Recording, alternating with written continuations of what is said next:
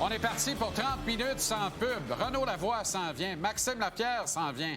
Au billet de saison, ode à Martin Saint-Louis. Un grand être humain et un grand coach. Mais d'abord, dossier Nick Suzuki avec l'excellent Nicolas Cloutier. Vous lirez ça. Journal de Montréal, Journal de Québec et au tvrsport.ca. Ça va bien, Nick? Ça va bien, toi? Excellent. Alors, pourquoi Nick Suzuki est-il un grand oublié depuis qu'il joue au hockey, dans le fond? C'est hallucinant. Puis là, on commence à peine à le respecter, hein, parce qu'on accepte que ça peut être le centre de premier trio d'une équipe championne. Mais moi, je vous ramène au moment où Nick Suzuki avait 15 ans, dominait le minor midget en Ontario dans le programme des Junior Knights de London. Et on compose la formation ontarienne des Jeux d'hiver du Canada. Ouais. Et on ignore Nick Suzuki. On le nomme premier remplaçant. Et là, il a fallu que quelqu'un se casse une jambe pour qu'on intègre Nick Suzuki dans la formation de départ. Alors, imaginez. Et ça continue après parce que Owen Sound a 2 choix de premier tour au repêchage de la OHL. Le premier choix, c'est pas Nick Suzuki. Nick Suzuki, c'est le 2e choix de premier tour d'Owen Sound dans cette cuvée-là. Ensuite, on va au repêchage de la LNH, Jean-Charles.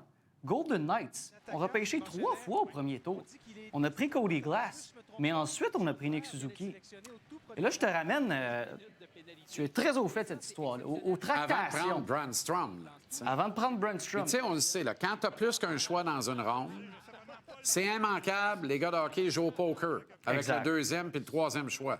Tu sais, le premier choix, c'est notre choix sûr. Après, on prend des risques en disant « et si jamais ». Autrement dit, Jean-Charles, est-ce que les Golden Knights auraient pris Nick Suzuki? Autrement dit, je te présente Philippe Machard. Je m'attendais pas à celle-là. Mais on tient le même discours. Oui. Nick Suzuki n'aurait pas été pris s'il n'y avait pas eu cette pluralité de choix-là. Exact. Puis là, je te ramène à une histoire que tu connais bien, Jean-Charles. Tu avais été un des premiers là-dessus. Les tractations entre Marc Bergevin et George McPhee. Parce que Nick Suzuki, au final, ce qu'on vous dit, c'est que ça a été le premier choix de personne. Pas d'équipe Ontario, pas d'Owen Sound dans la OHL, pas des Golden Knights, mais même pas du Canadien.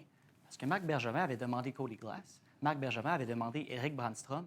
Puis après, on s'est arrêté sur Nick Suzuki. On s'est rabattu sur Suzuki. Puis il a fallu que Trevor Timmins donne son aval au bout de tout ça Bien pour sûr. que la transaction soit conclue. Bien sûr. Dans la transaction, Max Pacioretty. Et bon, puis tu sais, on peut rien enlever à Burge. Il l'a fait, la transaction. Mais non, Puis- c'est pas une critique puis- envers Bergevin. Non, puis grand bien lui fasse. Mais toujours est-il que, effectivement, il a poussé fort pour Cody Glass. Et où serait le Canadien, là? Et bien les, Je pose la question. ben les GM pour vrai. auraient poussé fort pour Cody Glass. Je veux que À ce soit cette clair. époque-là, ce ça, n'est c'est pas une l'autre critique, affaire. c'est ça. Mais tu sais quoi? Puis à tous les gens là, qui regardent ça et qui disent ouais, mais on... Non. Il y a un an, là, parmi tous les chauds partisans du Canadien, parmi lesquels il y a de gros connaisseurs de hockey, là, tout le monde, ou à peu près, 8 sur 10 t'aurait dit non, on ne peut pas gagner la Coupe Stanley avec Nick Suzuki au centre de notre premier trio.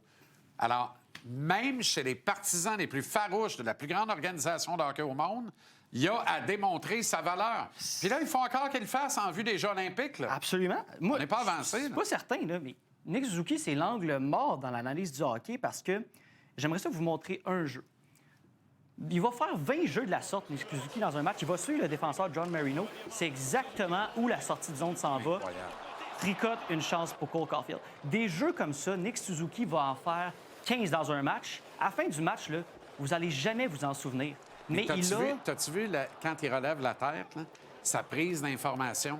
Lui, il est renseigné. Il sait exactement comment se comportent les défenseurs. Le schéma de breakout. l'autre bord. Les schémas, il les a par cœur. Il lève la tête, il prend l'information avec la position du bâton, avec les patins du défenseur.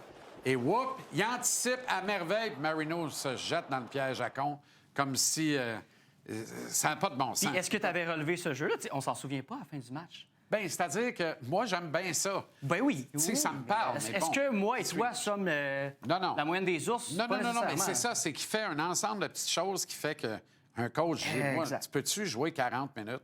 Ça va bien aller. Puis ça m'amène à me demander, Jean-Charles, c'est quoi la limite de son potentiel? Tu peux amener ça à la banque. On sait maintenant que c'est résolument un joueur de points par match.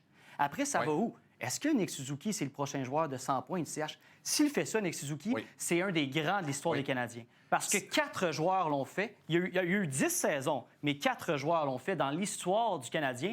Et moi, je pense que C'est renversant de savoir qu'il y en a eu juste 4 qui l'ont fait et que ça a été fait seulement 10 fois. Seulement 10 fois, parce que Guy Lafleur en a 6. Ouais. Mais ce qui rapproche Nick Suzuki, Jean-Charles, de la saison de 100 points, c'est le fait qu'il va jouer avec Ivan Demidov sur la première vague. Ouais. Et la connexion entre les deux est directe. Sensationnel parce qu'ils computent la même affaire. Ben, Ils viennent du même jeu vidéo, les deux. Voilà. C'est extraordinaire.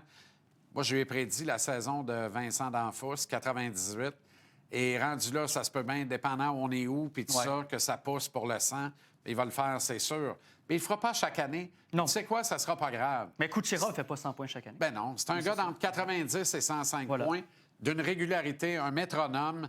Dans la colonne des plus et moins, sensationnel. Son premier Selke l'attend au détour de cette année. Ouais. Après une participation aux Jeux olympiques, sur un quatrième trio que je verrais bien, moi. Mais là, tu sais, les décideurs du Canada risquent de dire on y va avec des grinders. On pense qu'on est tellement bon là, qu'on peut se priver de Nick oui. Suzuki. là. Ben oui, mais part à 4 avec Suzuki et Celebrini. Après ça, mais qui tu veux. Ça va bien Écoute, aller. je vais te dire tu une veux que chose. c'est Remailly, amène-les, c'est ready. C'est pas grave. Exact. Je suis Pas tellement grave. d'accord avec toi. Écoute, il y a un argument pour ignorer Cole Caulfield avec les États-Unis. Ça, je peux le concevoir. Est-ce que je suis d'accord? Y en a-tu Non. vraiment un? Je suis pas d'accord, mais je peux le concevoir. Il n'y a pas d'argument Ben non. pour ignorer Nick Suzuki avec le Canada parce que Nick Suzuki, tu peux l'utiliser dans n'importe quel rôle, que ce soit à l'aile, au centre, infériorité numérique, supériorité numérique, et tu Exactement. peux le mettre partout dans ta formation. Donc, l'argument est nul d'ignorer Nick Suzuki. C'est pas compliqué. Je parlais à du monde, là. À 15 ans, il prédisait exactement les jeux, là. Il y a quelque chose de C'est spécial sensationnel. dans son processeur à Sensationnel. Nick Suzuki. Quand Marc Bergevin est allé le voir en série avec Owen Sound, puis il était revenu, Ouais. tu sais, il perdait 3-1, ils ont gagné en 7. Guelph ou... Avec Ouais, Guelph, Guelph, plutôt. c'est ça, ouais. Ils perdaient 3-1, ils ont gagné en 7. Il est revenu, il était... Il était estomaqué. Oui, j'ai hein. gagné à l'auto, là. Déjà là, il savait. Ah hein, non, Marc? j'ai gagné à l'auto. Ouais. Il dit, ce gars-là, viré à la série de bar, à lui, tout seul. Il a tout fait ça. Il était surexcité. Il dit, OK, là, on en a un vrai. T'es content. Il parlait plus de Cody Glass. Eh boy. Chapeau à Trevor Timmons, quand même. Là. Chapeau, quand même. Excellent travail, Nick. On te lit avec intérêt. On se reparle plus tard cette semaine.